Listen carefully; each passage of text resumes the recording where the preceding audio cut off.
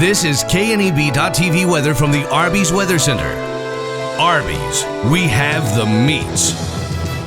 Not a bad looking evening tonight with temperatures going to fall down into the 40s is all under partly cloudy skies.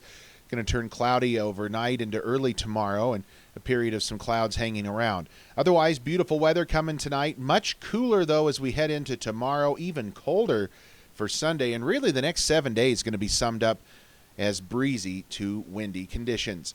High temperature yesterday was 77 after our morning low of 28, so above normal by about 13 degrees on that high, and we touched even warmer than that today.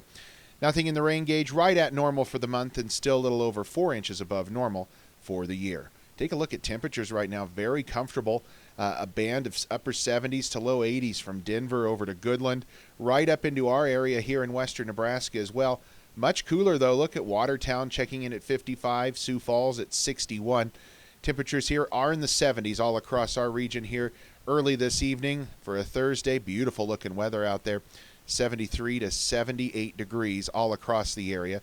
Stronger winds are confined off to the east, 12 and 13 mile an hour winds from Valentine down through Ogallala, and then also in the high country just off to the west of this map. Otherwise, everybody else in that 5 to 10 or 12 mile an hour wind gust range. Looks like temperatures tonight going to be in the 40s as you head off to school in the morning. And we're not going to get too terribly warm tomorrow, in the 60s. Quite a few clouds out there, especially during the first half. And then we'll start to see maybe a few breaks in those clouds. For tonight, then, just a few clouds pass overhead. They'll increase more as we get later on into the night, into the early morning hours tomorrow. Low temperatures are going to stay up because of those clouds a bit, dropping off into the 40s.